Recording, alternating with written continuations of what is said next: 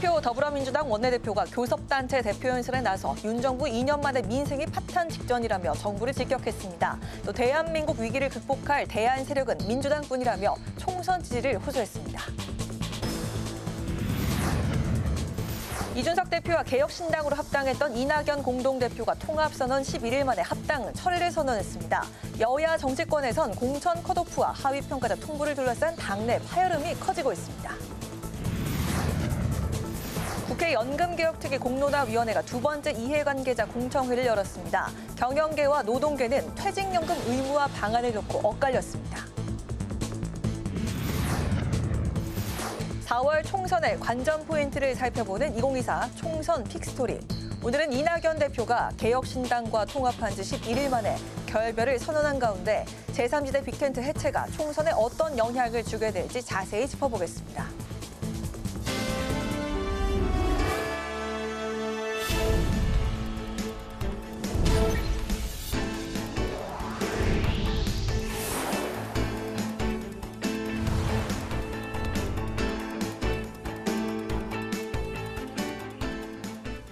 여러분 안녕하십니까? 2월 20일 화요일 국회 라이브 6 시작하겠습니다.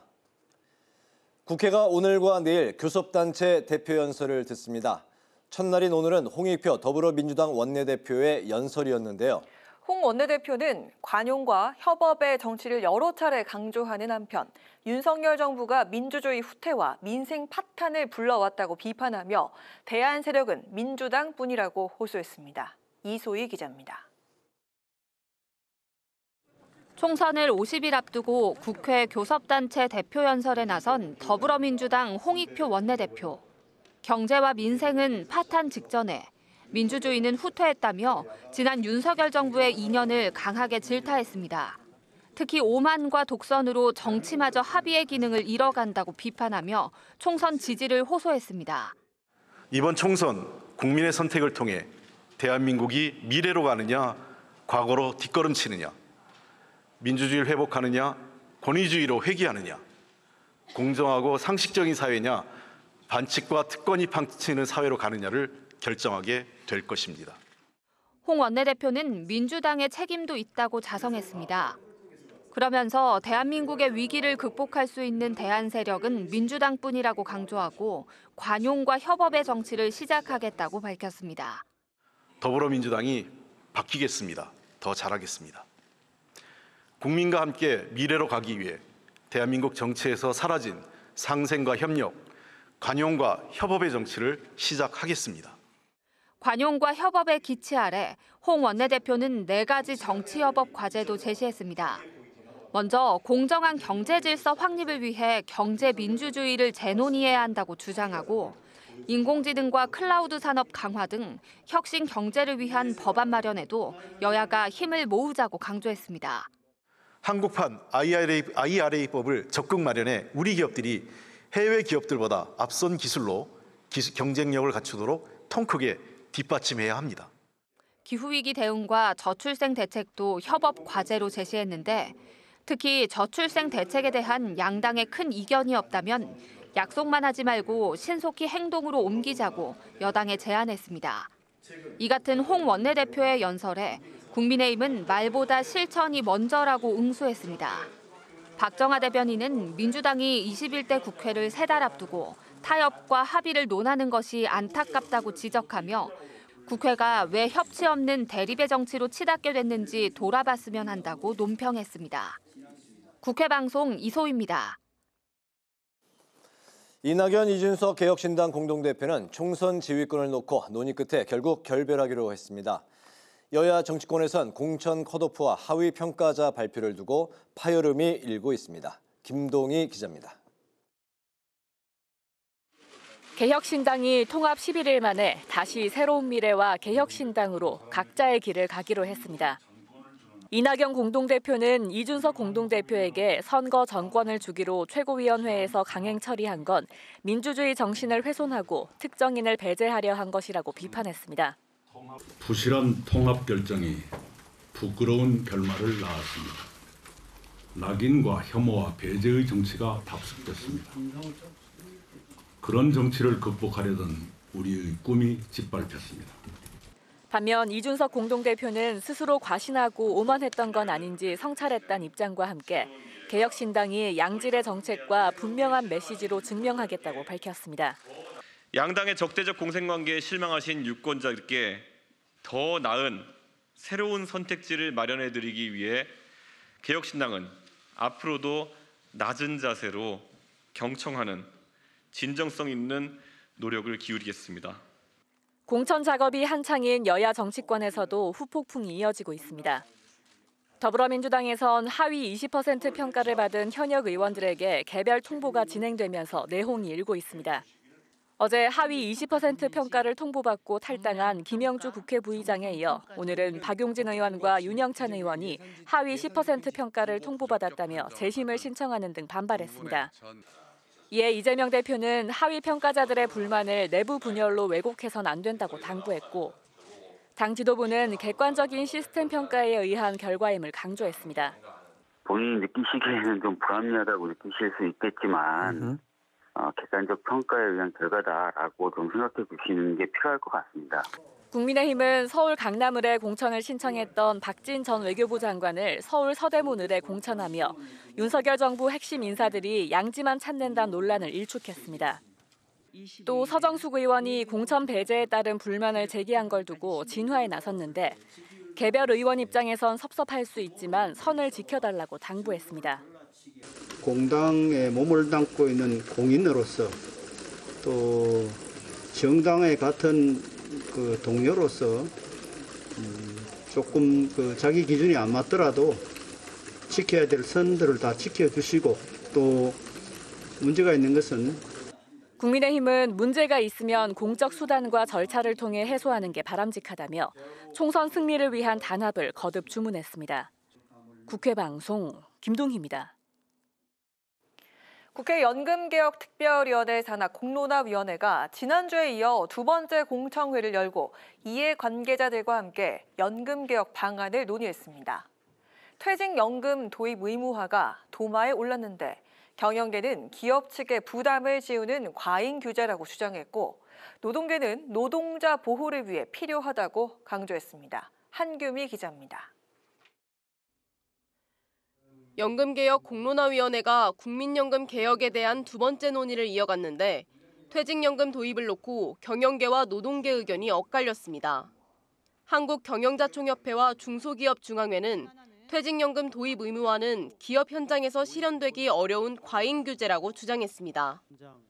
특히 중소영세기업일수록 유동성 관리가 더 어려워질 수 있고 퇴직연금과 국민연금을 통합할 경우엔 기업 측의 보험료 부담이 더 늘어날 것이라고 우려했습니다. 중소기업의 경우에는 현금 유동성도 부족하고 그다음에 외부 환경 변화에 따라서 경영상 부침이 굉장히 큽니다. 그렇기 때문에 퇴직연금을 선뜻 도입하기가 어려운 상황이다. 반면 전국민주노동조합 총연맹 측은 기금형 퇴직연금으로 수익률 제고 방안을 마련하면서 퇴직연금 대상자를 늘려야 한다고 주장했고 한국노동조합 총연맹 역시 1년 미만 근로자도 퇴직연금 대상자에 포함하는 것이 급선무라고 말했습니다. 정규직임에도 주기적으로 반복해서 근로계약을 쓰게 강요하는 이상한 상황들이 만들어진 이유도 1년 미만 비정규직 노동자들이 양산되는 이유도 모두 이 조항 때문입니다. 공무원과 군인연금 같은 특정 자격 요건의 직역연금과 국민연금의 형평성 제고와 관련해선 경영계는 각 직역연금과 국민연금의 모수체계와 제도 운영 요건이 달라 실제 통합 논의는 어려운 만큼 제도별 개혁 논의가 필요하다고 말했습니다. 반면 노동계에선 국민연금의 보장성을 노후 최저생활 수준으로 높이고 직역연금의 하향 평준화를 막아야 한다고 말했습니다. 두 번의 공청회를 마친 공론화위원회는 다음 달 22일까지 500명의 시민대표단을 확정해 4월 한 달 동안 4번의 토의를 진행한 뒤 연금특위의 종합보고서를 제출할 계획입니다. 국회방송 한규미입니다. 국회 도서관이 개관 72주년을 맞았습니다. 김진표 국회의장은 국회 도서관이 국민의 신뢰와 사랑을 받는 국민의 서재로 더욱 성장하길 바란다고 말했습니다. 천지원 기자가 보도합니다. 한국전쟁 중이던 1952년 부산에서 문을 연 국회 도서관이 개관 72주년을 맞아 기념식을 개최했습니다. 김진표 국회의장은 직원 1명의 서재로 출발했던 국회 도서관이 국민의 서재를 넘어 세계 인류 디지털 도서관으로 발돋움하고 있다고 격려했습니다. 정보를 공유하고 협력하는 일은 인류의 지식을 확장해온 토대였습니다. 앞으로도 그동안 축적해온 방대한 데이터를 기반으로 생성형 AI를 적극 활용하는 등 인공지능 시스템의 대전환 시대를 마련해 가야 하겠습니다. 여야 원내대표도 참석해 의정활동 지원과 국민의 지식정보 서비스 보고 역할을 하는 국회 도서관에 대한 기대를 아끼지 않았습니다. 국회 도서관은 AI와 공교육을 주제로 한 국가전략 콜로키움도 개최했습니다. 최근 교육부가 AI 디지털 교육을 도입하기로 결정한 데 대한 전문가 의견을 수렴해 입법 과정에 반영하기 위한 자리입니다. 공교육 문제는 최근 어떤 저출생 문제, 인구 위기를 보면서 아마 더 모든 국민이 심각하게 생각하고 있는 그런 주제인 것 같습니다. 첨단 기술과 데이터 과학의 발달, 특히 AI 기술을 위해서 모두가 다 맞춤 교육을 할 수 있는 그런 모토의 그런 국가 경쟁력 있는 교육이 실현될 수 있는.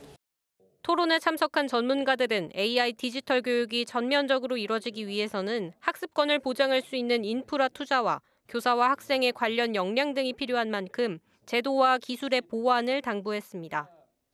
콜로키움을 공동 주최한 김철민 국회 교육위원장도 AI 시대에 맞는 교육의 패러다임을 바꾸기 위해서는 국가 차원의 적극적인 지원이 필요하다며 국회의 역할을 약속했습니다. 국회 방송 천지원입니다.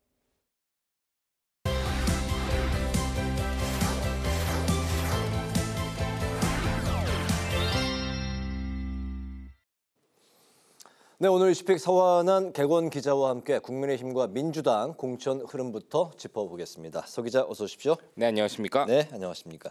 민주당이 하위 평가자 통보와 맞물려서 당내 잡음이 상당한 것 같은데요. 어제 김영주 의원에 이어서 오늘은 박용진, 윤영찬 의원이 하위 10% 통보를 이제 받았고 이걸 이제 공개적으로 문제 삼고 나섰죠. 네, 그렇습니다. 이 민주당 공천관리위원회 어제부터 현역 의원들 중에 평가하위 20%에 해당하는 의원들에게 개별적으로 통보를 시작을 했거든요. 어제는 이 4선에 김영주 국회 부의장에게 하위 20%를 통보를 받았다면서 탈당을 선언하는 일이 있었고 또 오늘은 서울 강북구의 이 재선에 박용진 의원이 기자회견을 자청하고 의정활동 평가에서 하위 10%에 포함됐음을 통보받았다면서 당이 정한 절차에 따라서 재심을 신청하겠다고 공개적으로 반발했습니다. 이 그동안 박용진 의원은 이재명 대표 관련 사법 리스크 등에서 이 자기 목소리를 내었던 터라 이 비명계로 분류가 되었었는데요. 박용진 의원은 오늘 이 당대표 경선 또 대통령 후보 경선 과정에서 이재명 대표와 경쟁을 하다 보니까 이렇게 평가를 받은 게 아닌가라는 생각도 든다라고 토로를 했습니다. 이 하위 20%에 해당하면 20%, 하위 10%에 해당하면 이 30%의 경선 과정에서 감산을 당하는데 이러면 이 현역 프리미엄이 사실상 없어지는 것과 다름이 없거든요. 이 공천을 앞두고 전국적으로 이 현역 의원을 제외한 후보 적합도 조사가 진행이 되고 또 이재명 대표가 참모들과 이 비공개 회의를 가진 사실도 알려지면서 이 비명계 의원들을 중심으로 반발과 탈당이 계속될 수 있다는 우려가 나오는 대목입니다. 네, 그렇군요. 그런가 하면 국민의힘은 대거 경선을 치르는 쪽으로 결정이 났는데요. 주진우 전 대통령실 비서관 정도 이제 제외하면 경선 행이 이제 이렇게 결정이 나는 쪽으로 가닥이 잡히다 보니까 아직까지는 윤심 공천 논란이 잠잠한 것 같네요. 네, 그렇습니다. 이 어제 국민의힘이 윤석열 대통령의 복심으로 불리는 이철규 의원의 경선행을 결정을 했는데요. 강원 이 동해, 태백, 삼척, 정선에서 이 장승호 당 중앙위원회 건설분과 부위원장과 경선을 치르기로 했습니다. 이 정영환 국민의힘 공관위원장의 설명은요. 이 단수 공천 요건에 해당되는 것은 맞지만 이철규 의원이 당 인재 영입위원장을 맡고 있기 때문에 좀 더 공정한 공천 과정을 보여주기 위해서 경선을 결정했다 이렇게 밝혔습니다. 이 석동현 전 검사장이나 이 실세 차관으로 분류됐었던 이 김호진 전 국토교통부 1차관 또 박성훈 해양수산부 차관 등 역시 경선 기회를 얻지도 못하고 컷오프가 되기도 했는데요. 이처럼 이 대통령실 출신이나 윤 대통령과 친분이 있는 것으로 알려진 인사들의 줄줄이 이 경선행 및 컷오프에 국민의힘 공천은 이 민주당에 비해서 논란이 상대적으로 적은 편입니다. 이 성남 분당을에 출마한 김은혜 전 전 대통령실 홍보수석, 또 김포갑의 김보연 전 대통령실 부속실 선임 행정관 등 이 수석급 출신으로 경선을 치러야 하는 후보자가 14명이나 되거든요. 이 현역이 있는 곳의 경우에는 또 현역 프리미엄도 무시할 수가 없는 게 이 경선이기 때문에 용산 출신 핵심 관계자, 일명 용액관이나 친윤 등이 얼마나 이 국민의힘 공천에서 살아남을 수 있을지는 좀 지켜봐야 될 것 같습니다. 네, 양당 상황을 이제 살펴봤는데 지역구 이제 공천이 조금씩 이제 윤곽을 이제 드러내고 있네요. 그런 가운데 국민의힘 비례위성정당 또 야권연합 비례정당도 조금씩 하마평이 나오고 있죠. 네, 이 국민의힘 비례위성정당이 오는 23일 창당대회를 엽니다. 그리고 자연스럽게 이 위성정당 대표를 누가 맡을 것인가를 놓고서 이 하마평이 나오고 있는데요. 인유한 전 혁신위원장에게 제안이 갔다라던가 이 김예지 의원이 비대위원을 맡으면서 동시에 이로 넘어갈 것이다 이런 얘기가 나오는데 네. 이 장동혁 국민의힘 사무총장은 이 여러분을 염두에 두고 고민을 하고 있다라면서도 즉답은 피했습니다. 이 완전히 법적으로 독립된 정당이기 때문에 국민의힘에서 공식적으로 관여하면 안 되거든요. 그러면서도 믿을 수 있는 사람이어야 하기 때문인데 한동훈 위원장은 이 비례위성정당에 대해서 국민의힘 이름 아래 할 때와 다르지 않을 것이므로 비례정당의 존재감을 너무 크게 볼 필요는 없다라고 어제 발언하기도 했습니다. 이는 이 4년 전에 한선교의 난을 염두에 둔 발언이라는 그런 분석이 나오는데요. 이 당시 한선교 국민의미래 대표는요. 이 비례대표 순번을 자유한국당 당시 지도부와 상의 없이 발표를 했다가 논란이 된 끝에 교체가 된 바 있는데요. 이 민주당이 주도하는 범야권 비례대표 위성정당인 민주개혁 진보선거연합 역시 구성이 어느 정도 확정되어가는 그런 모양새입니다.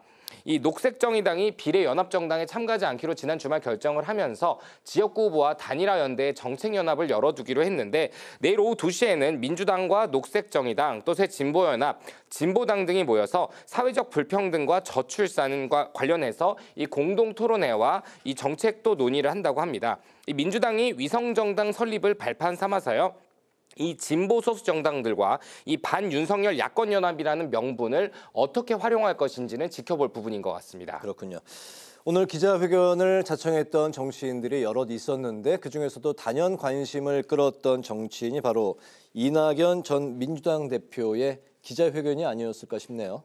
네, 그렇습니다. 오늘 박용진 의원, 또 윤영찬 의원, 그리고 이낙연 대표까지 기자회견을 자청한 정치인들이 많았는데 네. 이 11일 만에 이 새 3지대의 신당, 이 개혁신당의 통합이 좌초가 됐습니다. 이낙연 대표와 이준석 대표 이 2명 간의 공동대표 간 힘겨루기 끝에 이낙연 대표가 새로운 미래로 돌아가겠다라고 오늘 공식적으로 선언을 했습니다. 이낙연 대표는 오늘 이 부실한 통합 결정이었다라고 스스로 자인한 뒤에 이 통합 주체의 합의가 부서졌다며 이준석 대표에게 선거의 전권을 주는 최고위원회 표결을 문제 삼았습니다. 기자회견에 동참한 이 김종민 새미래 공동대표 역시 주도권 다툼이란 보도는 완전히 부당하다라면서 주도권 다툼이 아니라 이준석 대표가 하자는 대로 다 했다라고 토로를 했습니다. 이준석의 사당화를 비판한 셈인데 이준석 대표는 이 기자회견이 끝난 직후 낸 입장에서요. 할 말이야 많지만 애초에 각자 주장과 해석이 엇갈리는 모습이 국민들 보기에 눈살이 찌푸려지는 일일 수 있다라면서 새로운 미래에 앞길에 좋은 일이 많기를 기대하겠다고 결별을 통보했습니다. 네. 이 새 3지대 빅텐트가 무산이 되면서 이번 선거는 제3지대의 2개의 중텐트가 꾸려질 가능성이 높아졌는데요. 문제는 지지율입니다. 이 컨벤션 효과가 사라지면서 제3지대의 지지율이 상승세보다는 하락세를 보이고 있고요. 또 그 사이에 조국 전 법무부 장관의 신당 창당 선언이 있으면서 지지율이 좀 더 흔들리고 있거든요. 때문에 이 국민의힘과 민주당 당내 경선 컷오프 의원들의 깜짝 영입이 계속되지 않는다면 이 제3지대 중텐트들이 총선에서 존재감을 보이는 것이 쉽지 않을 것이다. 이런 우려도 나옵니다. 네. 그리고 현재 6석의 녹색정의당 이번 선거에서 지역구는 야권연합에 참여하고 비례는 참여하지 않는다 이렇게 밝혔었는데 오늘 심상정 의원을 원내대표로 이제 선출을 했습니다. 그 전에 총선에서도 이제 원내대표를 지낸 바가 있었는데 어떤 의미가 있을까요? 네, 이 원래는 공석이 된 이 원내대표의 빈자리를 채우는 그런 선출이었지만 말씀하신 것처럼 총선이 50일 남은 지금 이건 단순한 인사로 보긴 좀 어렵거든요. 네. 이 녹색정의당으로 합쳐지기 전에 이 정의당의 상징과도 같은 인물이 바로 심상정 의원 아니겠습니까? 그렇죠. 이 녹색정의당의 위기라도 할 수 있는 상황에서 원내대표로 다시 선출이 된 겁니다. 심상정 원내대표 지난 2013년부터 15년까지 정의당 원내대표를 지낸 바 있고요. 2020년 총선 당시에도 당 대표로 총선을 지휘한 바 있습니다. 심 원내대표는 오늘 이 원내 마무리 투수로서 살신성인의 자세로 당의 총선 승리를 뒷받침하겠다라고 의지를 밝혔는데요. 녹색정의당, 지금 민주당 등이 지역구에서 연대를 해주지 않으면 한석도 어렵다 이런 얘기가 나오고 있거든요. 또 여론조사 결과를 보면 8에서 9% 정도를 기록하고 있는 개혁신당이나 조국신당에 비해서는 뒤처지는 3에서 4% 내외의 지지율을 기록한 데 그치고 있습니다. 이 당장 한국갤럽의 2월 3주차 조사에 따르면 녹색정의당의 지지율은 2.3%에 불과합니다.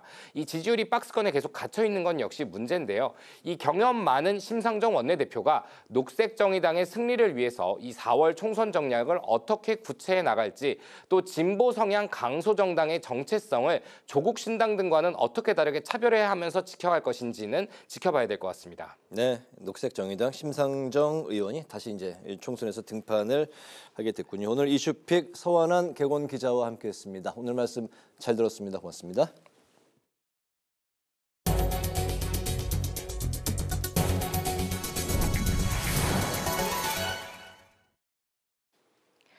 국회 법제사법위원회가 전체 회의를 열고 박성재 법무부 장관 후보자 인사청문 경과 보고서를 채택했습니다. 청문 보고서엔 박 후보자가 장관 직무 수행에 필요한 자질과 업무 역량을 갖췄다는 의견과 함께 야당 측의 부적격 의견도 담겼습니다. 앞서 15일 열린 박 후보자 청문회에서 여야는 고소득 전관 예우 논란과 배우자 증여세 탈루 의혹 등을 두고 공박을 벌였습니다. 국민의힘이 실거주지 노출을 방지하는 안심주소 발급 시스템을 실행하겠다고 밝혔습니다. 한동훈 비대위원장은 서울 광진구에서 여성이 안전한 대한민국 공약을 발표하고 주민등록상 거주지를 가상의 주소로 대체해 스토킹 등의 범죄로 불안에 떠는 피해자들을 보호할 수 있다고 설명했습니다. 이어 담벼락이나 가스 배관에 주거 침입 동작 감지 센서를 부착하고 노후화된 CCTV를 조속히 교체하는 등 사회 안전망을 튼튼하게 구축해 나가겠다고 약속했습니다. 민주당은 홀로 자녀를 돌보는 부모들이 양육비를 받지 못할 경우 국가가 대신 지급하고 채무자에게 돌려받는 정책을 도입하겠다고 밝혔습니다. 민주당 정책위원회는 양육비 이행 강화를 위한 정책 간담회를 열고 양육비 지급 중단은 생존을 위태롭게 하는 아동학대라고 설명했습니다.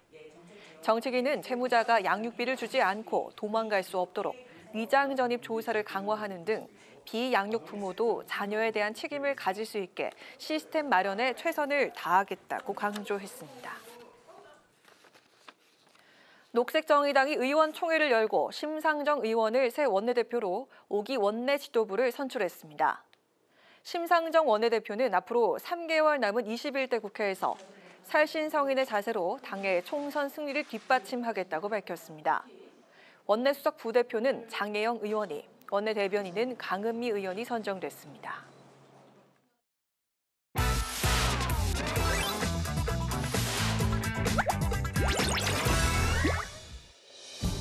2월 20일 강아랑이 전해주는 정치권의 뜨거운 말말말 강아랑의 정치랑입니다. 첫 번째 주제는 보조금 반납입니다. 개혁신당이 이준석, 이낙연 공동대표 간의 갈등으로 통합 11일 만에 결별한 가운데 그 여파가 국고 보조금 문제로 이어지고 있습니다. 앞서 개혁신당은 지난 14일 양정숙 무소속 의원을 영입하면서 현역 의원이 총 5명으로 늘게 됐고 이로 인해 지급받을 수 있는 보조금도 3천만 원 가량에서 6억 6천만 원으로 받게 된 바 있습니다. 국고 보조금 지급일 하루 전 영입이라는 점에서 일각에선 꼼수란 지적도 이어졌습니다. 정치자금법에 따르면 경상보조금은 교섭단체 정당이 절반을 가져간 뒤 20석 미만에서 5석 이상을 지닌 의석 정당에게 5%씩, 5석 미만일 경우 직전 총선에서 2% 이상 득표한 정당 등에게 2%씩 배분이 됩니다. 직전 선거 이력이 없는 제3세 신당의 경우 5석 이상의 의석수가 확보돼야 경상보조금을 받을 수 있기 때문에 중요한 문제였죠. 그걸 위해서 하루 전날인 2월 14일 날 민주당에서조차 내쫓았던 양정수 의원을 영입했습니다. 당초 생각에 전혀 같지 않았던 사람들이 위장 결혼하듯이 창당한 다음에 하루 전에 맞춰서 돈 받아가는 거. 저는 이거 분식 회계를 해서 보조금 사기하는 것과 다를 바 없다고 생각합니다. 이준석 대표는 어제 탈당하는 의원이 생겨 의석수가 5석 미만이 될 경우 개혁신당은 국고보조금 전액을 반납할 것이라고 밝히기도 했습니다. 하지만 중앙선거관리위원회 측은 특정일 당시 의원 수를 기준으로 지급한 것이기 때문에 환수될 가능성은 낮은 상황이고 국고보조금 반납과 관련된 법적 조항 또한 없다는 입장입니다.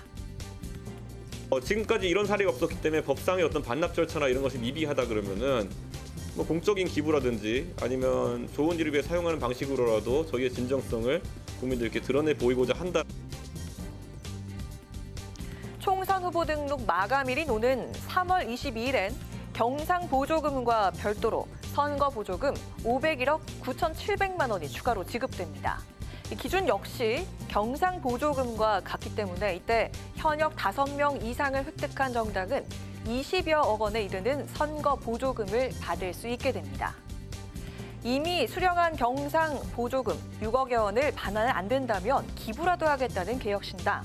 선거 자금이 절실한 제3지대 정당의 입장에서 과연 어떤 선택을 할지 귀추가 주목됩니다.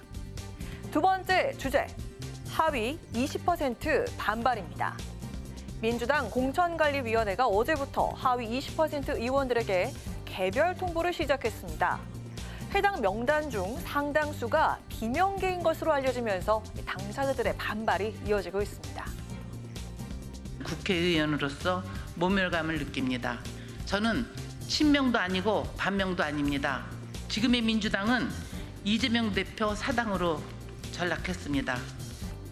이런 치욕적이고 부당한 처우에도 불구하고 국민에게 사랑받는 민주당을 다시 복원하겠다는 정풍운동의 각오로 오늘의 이 과하지옥을 견디겠습니다. 반드시 살아남겠습니다. 이에 이재명 대표는 환골 탈퇴를 위한 진통이라면서 당원 당규에 따라 공천은 공정하게 진행된다고 밝혔습니다. 경선 점수에서 30%가 감산돼 사실상 컷오프로 평가되는 하위 10% 명단은 모두 10명. 경선 점수에서 20%가 깎이는 하위 10에서 20% 구간엔 14명이 포함이 됐고 불출마를 선언한 인재근, 김홍걸 등 7명을 포함해 모두 31명이 하위 평가 20%로 파악되고 있습니다. 저는 그 평가에 대해서 왈가왈부할 수는 저는 없다고 생각합니다.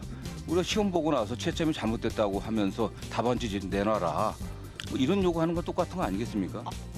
이 평가라는 게 사실 이제 본인이 봤을 때 항상 평가라는 건 좀 박하지 않습니까? 약간 그런 부분들도 좀 감안해 주셨으면 좋겠다라는 말씀 좀 드리고 싶고 두 번째 당에게 좀 하고 싶은 말은 그 예우라든지 아니면 사후 관리라든지 이런 부분에 있어서 좀 더 신경을 쓰면 어떨까?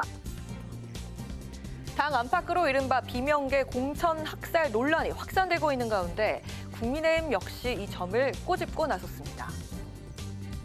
그 시스템 공천이 왜 모든 함수를 통해서 다 이재명이 원하는 결과만 나옵니까?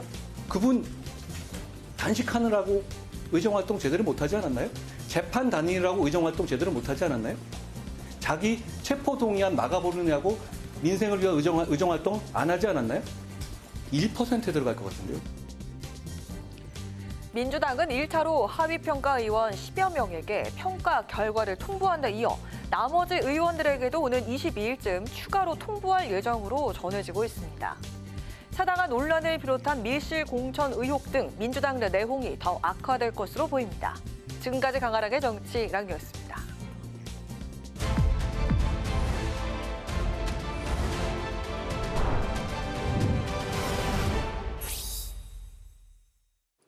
네, 22대 총선을 앞두고 이번 주 가장 이슈가 된 현안을 살펴보는 총선 픽스토리 김영준 배재대 석좌 교수, 이준환 인천대 교수 두 분과 함께하겠습니다. 어서 오십시오. 어서 오세요. 안녕하세요. 네, 오늘은 이낙연 대표가 개혁신당과 통합한 지 11일 만에 결별한 가운데 이번 결정이 과연 총선에 어떤 영향을 주게 될지 예측해 보도록 하겠습니다. 네, 설과 함께 깜짝 발표가 났었는데요.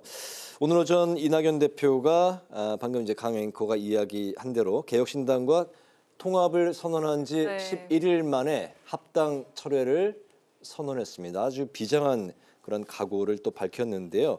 이준석 공동대표 측을 통해서는 자신을 지우기로 일찍부터 이게 기획이 됐었던 거다. 이렇게 불편한 심경을 토로했습니다. 제3지대 빅텐트가 이제 해체가 됐고 이준석 대표도 이낙연 대표 측을 향해서 앞으로 이제 좋은 일들이 많이 생기길 바란다. 이런 또 이야기를 전했습니다. 완전히 결별된 상황이 됐는데 이번 총선에 이 빅텐트의 해체 어떻게 영향을 또 줄 건지 먼저 김영준 교수님부터 들어볼까요? 제3지대가 이제 빅텐트를 만들 때 사람들이 다들 깜짝 놀랐잖아요. 네. 설 연휴 첫날 이루어져서 전격적으로 이루어져서 많은 사람들이 이제 관심도 갖고 기대도 있었던 것도 사실이었었던 것 같아요. 그런데 저는 그 당시에도 이게 과연 계속될 수 있을까? 왜냐하면은 텐트를 친다고 하는 거는요. 네. 그냥 텐트가 저절로 쳐지는 게 아니라 주춧돌 같이 튼튼하고 난 다음에 텐트를 쳐야 되잖아요. 네. 그렇지 않은 상태에서 그냥 얼기설기 쳐놓으면 바람이 불면 날아가고 막 그러는데 이 주춧돌과 같은 게 두 가지예요. 하나는 제3지대가 지향하는 가치, 네. 그리고 더 나아가서 정신이거든요. 통합 정신. 이 두 가지가 탄탄하게 되면은 어떤 외풍이 불더라도 헤쳐나갈 수가 있지만 네. 11일 만에 깨졌다는 얘기는 뭐냐면 첫째적으로 이 통합 정신이 완전하게 훼손됐다. 왜냐하면 처음에 개혁신당이라는 이름을 쓸 때 양보를 하면서 조건이 이낙연 전 대표를 다시 얘기해서 총괄 선대위원장으로 한다는 건 다 많은 사람들한테 알려진 네, 사실인데 네. 그것을 부정을 하고 그걸 표결에 붙여가지고 통과시키려고 그런 거 했다는 것 자체가 이준석 대표가 실은 그 부분을 합의 정신을 깬 걸 수밖에 없다. 그 두 번째는 정책과 홍보를 모두 제가 정권을 갖겠다고 한다면 그럼 다른 통합에 참여했었던 사람들이 주장하는 여러 가지 정책도 자기 마음에 안 들면 언제든지 제어될 수 있다는 것을 함축하고 있기 때문에 네. 이거는 통합신당이 아니라 그냥 이준석 당이라는 거로 가겠다라는 선언이기 때문에 당연히 뭐 이낙연 전 대표 입장에서 봤을 때는 받아들일 수 없는 것이고 그리고 뭐 쉽게 표현해서 그냥 헤어질 결심을 했으면 빨리 해야지 질질 끌 수는 없다라고 하는 그런 의미에서 봤을 때 저는 그건 예고된 부분이라고 저는 봤고요. 네. 이것이 오히려 큰 틀 속에서 보면은 뭐 개혁신당이 추구하는 거와 새로운 미래가 추구하는 그 여러 가지의 그 정체성이라든지 이념적 기반이 다르기 때문에 오히려 다른 정당이 합쳐서 가는 것보다 유권자들이 선택하는 데 있어서는 좀 더 뚜렷해질 수 있을 거라고 저는 봅니다. 네. 김 교수님이 말씀하신 대로 처음에는 이낙연 전 대표가 이번 그 총선에 개혁신당의 총괄 선대 위원장을 이제 맡을 걸로 전해졌는데 이준석 대표가 선거에 전권을 쥐는 걸로 이제 주장을 하는 상황으로 바뀌었습니다. 그 전에 이 말이 생각이 나네요. 이낙연 대표가 이제 빅텐트에 대한 구상을 하고 있을 때 이준석 대표는 빅텐트보다는 그 튼튼한 집을 세우는 그렇죠. 그 집 이야기를 이제 김영준 교수님 말씀하셨는데 그런 튼튼한 집을 세우는 게 더 급선무다. 네. 이런 이야기를 했는데 오히려 기류가 바뀌게 된 상황들을 어떻게 보십니까? 글쎄요, 저는 김영준 교수님이 잘 분석하셨는데 네. 모인 게 오히려 뭐 5개의 정파가 다 모였었던 게 오히려 굉장히 깜짝 놀랄 만한 예상을 뛰어넘는 일이었고 네. 이게 지속 가능하다고 생각하는 것은 뭐 기대하기가 어려웠던 것 같아요. 그래서 네. 아마 헤어진 것 자체에 대해서 놀라는 분들은 많지는 않을 거예요. 저는 그래서 이게 이제 왜 그랬을까? 결국은 전권을 그리고 차기 대권을 절대로 내가 갖겠다라고 하는 사람들로만 모인 그 텐트였어요. 네. 이준석 당대표도 그걸 놓치고 싶은 생각이 없어서 홍보건 조직이건 캠페인이건 내가 정권 갖겠다. 또 김종인 전 비대위원장도 정권 주지 않으면 나는 갈 생각이 없다. 또 이낙연 전 총리도 네. 정권을 내주고 싶은 생각은 없는 거고 그러다 보니까 이런 결과가 나왔는데 저는 이 계기로 인해서 제3지대는 이제 물 건너가는 것이다.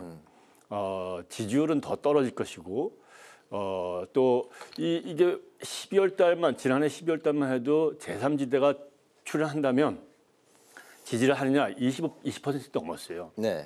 그리고 이준석 당대표가 탈당을 해가지고 출연해가지고 했을 때 지지율이 10%를 넘었어요. 그랬었죠. 그런데 지난 9일날 모인 다음에 모이 직전까지는 뭐 한 자리 숫자도 훨씬 떨어졌죠. 네. 그리고 나서 9일 이후에 여론조사 했을 때도 한 자리 숫자 이상을 넘어가지 못했거든요. 네. 근데 지금까지 이렇게 또 분리가 되고 또 분열이 되고 계속 갈등을 일으키고 내 이준석 당으로 한다 이렇게 되면은 이게 외연으로 확장되기보다는 축소될 것이다. 그래서 뭐 지금 선거에 미칠 영향은 이준석의 개혁신당 의원 또 이낙연 전 총리가 또 도모하는 정당이 있다면 또 그 정당에서의 뭐 영향력이 있을 테지만 지금으로 봤을 때는 기대에 못 미칠 것이다. 영향력이 크지 않을 것이다. 이렇게 보는 게 합리적이지 않을까 싶습니다. 교수님은 빅텐트가 그러면 총선 때까지 가기 전에 해체될 거로 예상을 하셨던 건가요? 저는 사실 이번 주말에 네. 야 이거 오래 못 가겠다. 그런 생각이 들더라고요. 네. 뭐 예를 들면은 이준석 당대표가 정권을 주겠다고 하고 또 공약을 양보하지도 않고 또 그리고 또 배복주 위원장을 둘러싸가지고 뭐 받아들인다 안 한다 이렇게 하는 건데 그건 이게 표면적인 문제다. 내면에는 이거는 화해할 수 없는 큰 간극이 있기 때문에 오래 못 간다라는 느낌을 받았는데 아니나 다를까 뭐 오래 가지 못하고 말았습니다. 네. 네, 그리고 그 민주당은 당내 여론조사를 둘러싼 갈등이 커지고 있습니다. 비명계 후보는 빼고 친명계 후보를 넣어서 조사를 했던 건데 민주당 지도부는 의혹의 선을 그었지만 그 친문계 4선인 홍영표 민주당 의원은 이게 밀실공천이라면서 집단 행동 가능성을 시사했습니다. 그리고 그 성남 경기도 시절부터 함께 했었던 그 이재명 대표 비선인 경기도팀이 움직인다. 이런 소문도 의혹도 떠돌고 있는 그런 상황인데 자, 이번 여론조사 논란 어떻게 보면 좋을까요? 이게 제가 이제 인천에 있는데 인천 부평에서 일어난 일이거든요. 네. 게다가 녹음한 것이 요즘은 다 핸드폰으로 다 녹음이 되니까 네. 바로 방송을 통해서 봤어요. 그런데 홍영표 의원, 현역 의원인데 제외하고 물론 이제 비례대표지만 이동주 의원이 그 지역에 와 있기 때문에 이동주 의원 그리고 또 저 인재 영입 케이스로 박선원 전 국정원 1차장이 두 사람 중에 누구냐 또 모르겠다. 뭐 해당 사항 없다. 이렇게 4개 중에 고르게 했더라고요. 진짜 그 여론조사 전화는 받지 않으셨나요? 저는 이제 다른 지역이니까 그런데 인천이니까 그걸 관심 있게 네. 방송에서 나오는 걸 봤는데 이렇게 보면 현역 의원들은 왜? 그리고 내가 친명이 아니니까 이렇게 볼 수밖에 없는 거죠. 게다가 오늘 아침에 조간을 봤더니 이 여론조사를 했던 업체가 과거에 이재명 당대표가 과거에 성남시장을 했을 때 여론조사를 했었던 그런 업체라고 하고 또 지금 실시될 민주당의 경선 ARS 조사 업체라고 한다면 이게 연관성이 있다고 보이는 거죠. 그것으로도 충분한데 또 오늘 종편 한 군데에서 봤더니 이 업체가 또 다른 여론조사를 했었던 다른 지역의 여론조사를 했나 보죠. 유령이다 이거예요. 그리고 자기네들은 정보를 공개했어요. 저는 이걸 보고 야 이거는 비선이 있으면 비선이 있는 거고 이거는 꼬리가 다 잡혔기 때문에 지금 클린스만 감독을 그 선정하는 데 대해서도 국민들이 그 축구협회 회장한테 수사를 의뢰를 해가지고 수사가 들어가는 장인데 이건 분명히 수사가 들어갈 것이다. 수사를 의뢰하게 될 것이고 이건 밝혀질 수밖에 없다. 물증들이 있기 때문에 조사 업체들이 다 여론조사 하는 동안에 전화번호도 공개하고 다 녹음이 돼 있지 않습니까?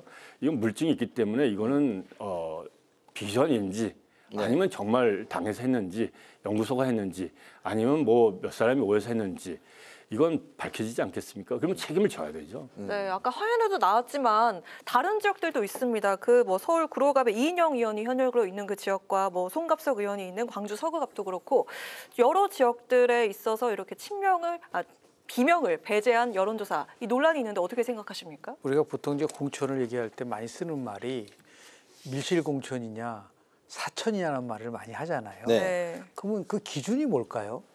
그건 뭐냐면 공식적인 조직 바깥에서 이루어지면은 보통 밀실공천이라고 얘기를 하잖아요. 네. 이거는 간단한 거예요. 이 지금 조사를 한 쪽이 당의 공천관리위원회의 공식적인 조사였느냐 네. 아니냐를 가지고 따져보면 금방 파악이 되는 거죠.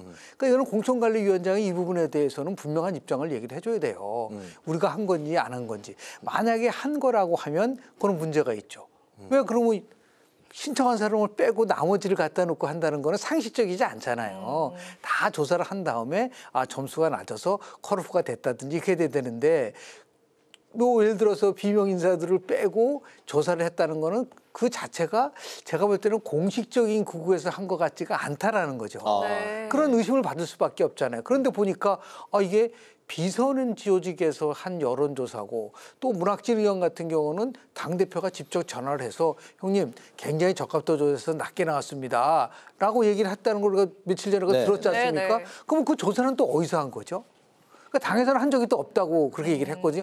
그러면 당에서 한 적이 없는 걸 가지고 어떻게 당대표가 그 자료를 통해서 당시 부적합하게 얘기할 수, 이거는 분명하게 공식적 기관이 아닌 데서 이루어졌기 때문에 더 나가서 또 비밀회동이라고 그래서 818호에 모여가지고 공천과 관련된 얘기를 했든 뭐 했든 간에 정성호 의원 같은 경우는 공천과 관련돼서 전혀 직책을 갖고 있는 사람이 아닌데 그 친명 중에서 핵심인 분이 가서 어떤 얘기를 했든 간에 그러면 이거는 분명히 밀실에서 무엇인가 공천과 관련된 얘기를 했구나. 그러니까 밀실 공천과 사천이라는 이 두 가지가 명백하게 드러나고 있는 상황이기 때문에 결국은 공천 파동으로 갈 수밖에 없는 거고 이 부분에 대해서 이재명 대표가 어떠한 얘기를 하더라도 아니 그 정성호 의원 같은 분은 그분이 사선이라는 분이 어떤 얘기를 했냐면요.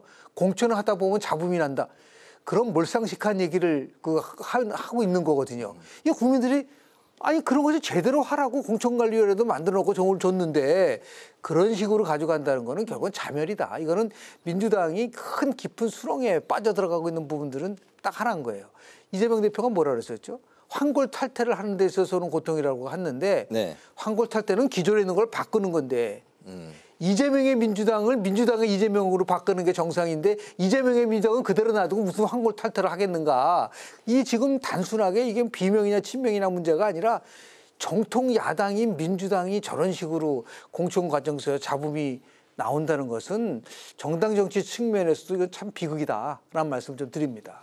김 교수님 방금 말씀하신 대로 이재명 대표가 환골 탈퇴 과정에서 생기는 일이다 이렇게 이제 주장을 하고 있는데 어쨌든 말씀하신 대로 지금 민주당 내에서 돌고 있는 그 여론조사 관련한 그런 결과 이야기들이 당의 공식 기구에서 행한 그 조사인지 민주당이 밝힐 필요가 있다 이렇게 말씀을 이제 하셨는데요. 그런 가운데 이제 어제 오늘 또 다른 이제 그 통보. 하위 통보자 이제 발표 과정에서 또 논란이 일고 있고 또 반발이 일고 있는 상황입니다. 어제는 이제 4선 의원 김영주 국회 부의장이 탈당을 선언을 했습니다. 이제 하위 20% 통보를 받았고 또 오늘은 박용진, 윤영찬 의원이 하위 10% 통보를 받고 반발하고 있는 상황입니다. 이게 김 교수님이 말씀하신 것처럼 이재명 대표의 좀 환골 탈퇴 과정에서 생기는 일로 봐야 될지. 그걸 누가 그렇게 보겠습니까? 아닙니까? 솔직히. 그렇게 얘기하는 게 우습죠. 아니 자기 살을 깎아나가고 하는 것을 보여줘야지 한걸 탈퇴한다. 그리고 원칙이 있어야지 시스템 공천이라고 하고. 그리고 또 이게 어떠한 그 작품을 만들기 위한 진통이라고 할 텐데 이거는 피해보는 사람들은 일관성 있게 어떤 사람들이라고 하는 것이 확인되고 또 세술은 세부대에 다닌다고 하는 것은 들여드는 사람들이 다 가까운 사람 친명이라고 한다면 그걸 누가 그런 얘기를 하는 것을 공감을 하겠습니다. 제가 봤을 때는 그 김영주 부의장 같은 경우에는 굉장히 진지하신 분이고요. 아까운 분이시기 때문에 탈당도 민주당 내에서 만류를 했다는 거 아니겠습니까? 그런데 이렇게 모욕을 주고 해 나간다라면 버틸 민주당 현역 의원들은 그렇게 많지가 않아질 수가 있어요. 지금 하위 20%라고 발표한 사람들이 31명이라고 지금 알려져 있죠. 네. 그 사람들이 다 이름이 누군지는 확인되지는 않았지만 네. 31사람 그리고 또 하위 10% 또 몇 명이 될지 누구인지 다 알려지거나 확인되지는 않았지만 이 사람들이 정말 내가 왜 20%고 내가 왜 하위 10%냐. 이재명 당신은 그럼 몇 %냐. 그리고 내가 30%고 내가 20% 하위 20% 하위 10%라고 하는 근거를 알려달라. 이렇게 됐을 때 납득할 것이 없다라면 납득하는 것이 제시가 되지 않는다라면 제가 봤을 때는 단체로 행위를 할 수가 있고요. 집단적으로 탈당도 할 수 있을 거라고 봅니다. 그 선거에서 제일 중요한 거는 뭐 구도다, 전략이다, 바람이다 이런 얘기하지만 공천을 어떻게 잘하느냐가 선거에서 승패의 가장 핵심적인 변수예요. 근데 공천을 이렇게 잡음을 일으키면서 객관성을 잃고 또 이 공감대가 형성되지 않고 네. 어느 일방적으로 피해를 받는다라고 하는 사람들이 생겨난다라면 이거는 당에서 화합이 이루어질 수가 없죠. 그리고 이런 것은 당 내에서 이렇게 이루어지는 것은 바로 여론조사로 확인되고 있어요. 여론조사에서 근래에 들어서 민주당의 지지도는 올라가지를 않고 있거든요. 네. 그럴 뿐만 아니라 지난 1월 달부터 거의 뭐 한 주 간격으로 민주당이 지난 12월 8일로 기억하는데요. 조선일보에서 서울에 40여 개가 넘는 지역구가 있는데 네. 6개 이상 국민의힘이 이길 가능성이 없는 걸로 자체 조사 결과가 나왔다고 했을 때는 네. 다 민주당이 그때 압승할 거라고 하는 분위기였었단 말이죠. 네, 근데 1월 달 들어가면서 격주로 일주일 간격으로 언론에서 특히 한겨레에서 나오는 것들은 뭐냐면 이근영 전 민주연구소 연구원의 부원장 같은 경우에 민주당 이길 가능성이 없어 보인다. 네. 또 오늘만 해도 한겨레 기사에 보면 지금 현 지도부의 핵심 관계자가 120석도 현재 같으면 어렵지 않냐라고 하는 얘기가 나온다면 그것은 왜 그런 결과 차이가 변화가 있었을까? 정말 환골탈퇴하는 심정으로 이 메시지를 읽어야 될 때라고 보지 이게 환골탈퇴 과정이라고 할 다 계제는 아니라고 생각합니다. 윤영찬 의원이 지난번 원칙과 상식에서 이게 탈당 선언을 하기 직전에 이제 김영주 국회 부의장이 윤영찬 의원을 이제 설득하고 잔류 결정하는데 큰 역할을 했다고 하는데 정작 본인이 이번에 탈당을 해버렸네요. 네네.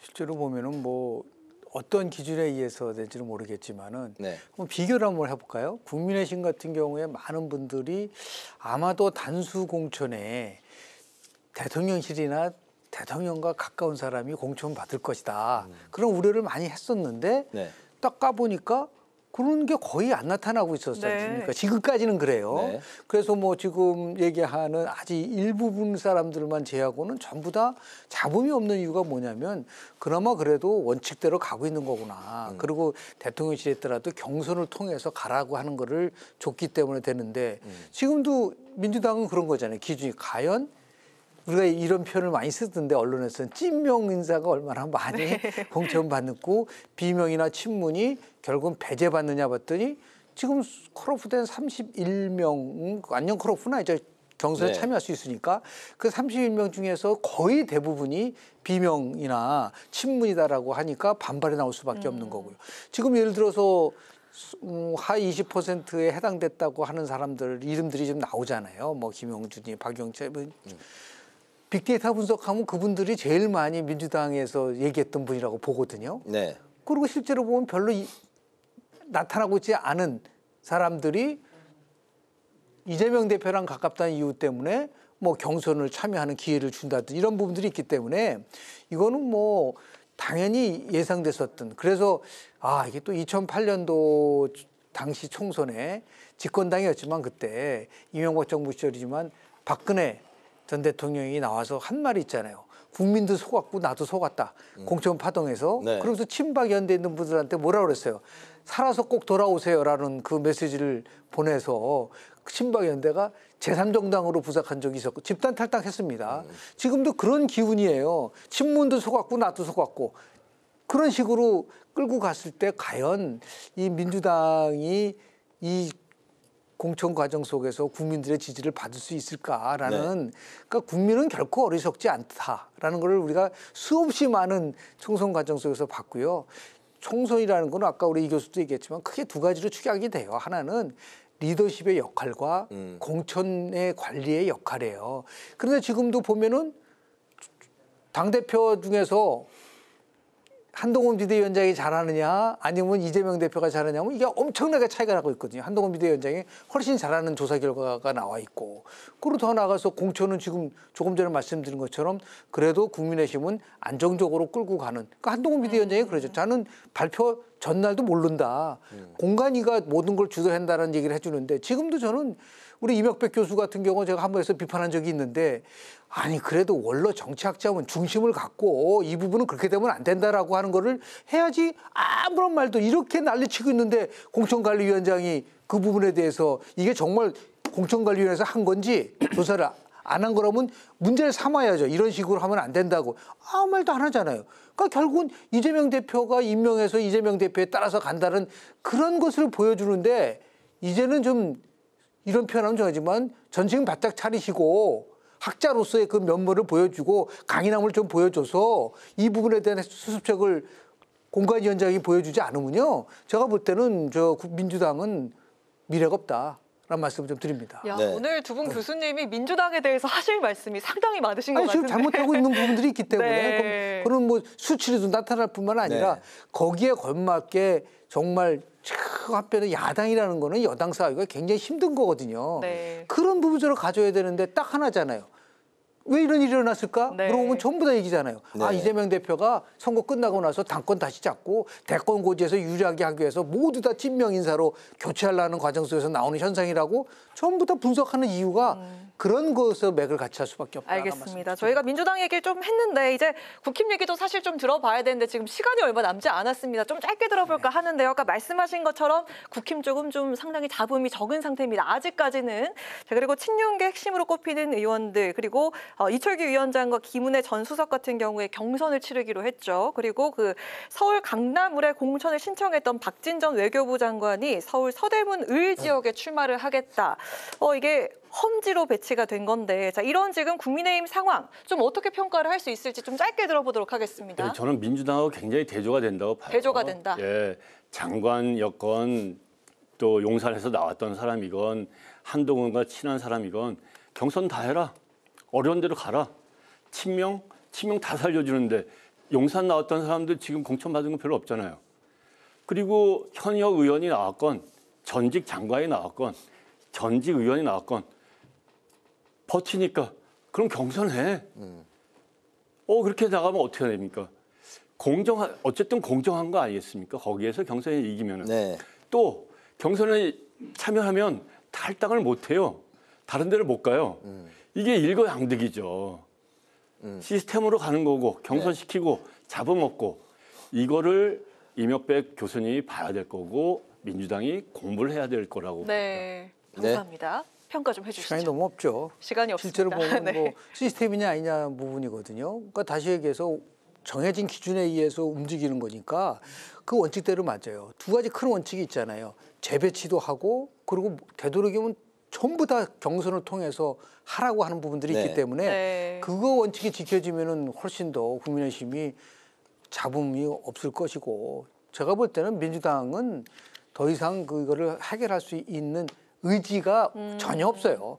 있었으면 벌써 그 전에 했죠. 근데 벌써 이분들 생각은 지금 지도부는 어떤 일이 있더라도 이재명의 민주당을 더욱 강화시킨다라는 게 딱 정해져 있기 때문에 제가 볼 때는 수습하기가 어려울 거라고 봅니다. 알겠습니다. 각자 공이 뭐 이 분위기대로 총선까지 뭐 쭉 갈 것 같다. 뭐 두 교수님께서 말씀을 해주시면서 오늘 그 2024 총선 픽스토리도 같이 마무리를 할까 합니다. 지금까지 김영준 배재대 석좌 교수, 이준환 인천대 정치외교학과 교수 두 분과 함께했습니다. 오늘 말씀 잘 들었습니다. 네, 고맙습니다. 네, 오늘 국회 라이브 6 여기까지입니다. 시청해주신 여러분 고맙습니다.